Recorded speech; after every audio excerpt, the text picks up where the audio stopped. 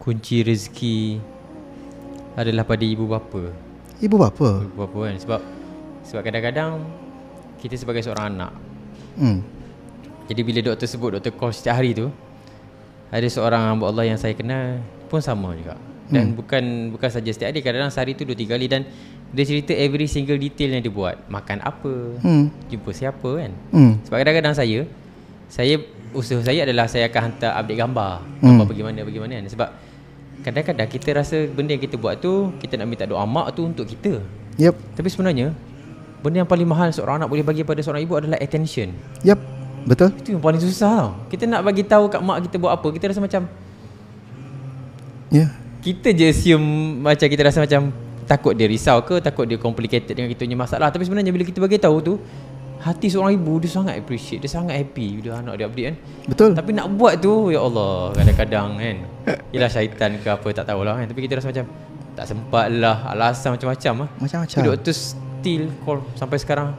Sebab dia usaha setiap hari sebabnya kita mulakan hari kita tu dengan keberkatan dah.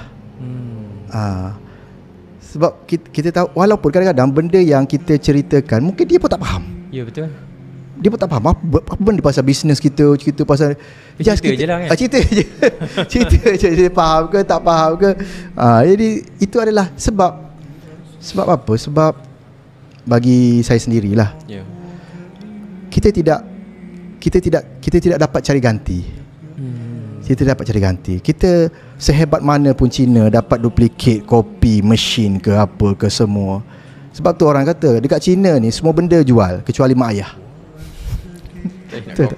Tak boleh.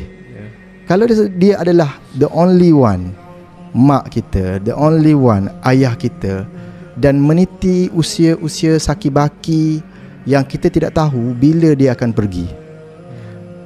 Dan ketika kita masih lagi ada dia, kenapa tidak untuk kita appreciate momen-momen yang kita nak cipta, which is kita tidak akan dapat kalau andai kata dia dah pergi. Adakah kita akan menyesal untuk kita tidak berikan yang terbaik, walhal dia dah berikan terbaik kepada kita daripada kita kecil lagi. Dan kita langsung tak mampu untuk balas apa yang telah dibuat pada kita.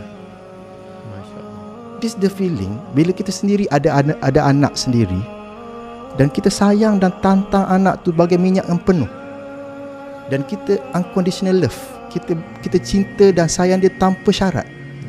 Itu anak. Begitu juga perasaan mak ayah kita bagaimana membesarkan kita. Dia akan sanggup korban apa saja untuk pastikan anak dia dapat apa yang anak dia nak. Dan bila kita besar, kita mungkin lupa itu pengorbanan mereka.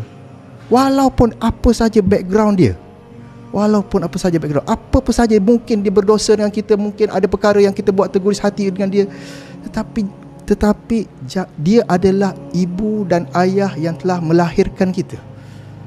Itu Allah tetapkan. Allah telah bahawa zuriat itu datang daripada rahim dia.